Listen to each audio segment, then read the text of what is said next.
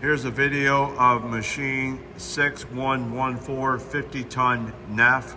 We will start off in jog mode.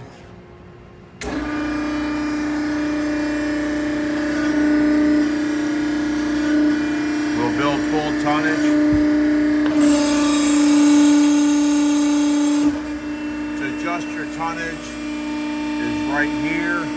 To return in jog mode, you have to go to auto and it will return to home. We'll do a cycle. Again, it is a two-hand operation. It is wired 480 volts. You do have a print for it.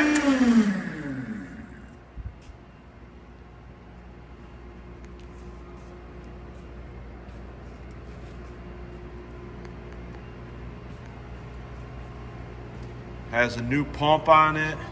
Just install a new filter. Put all new O-rings in the valves.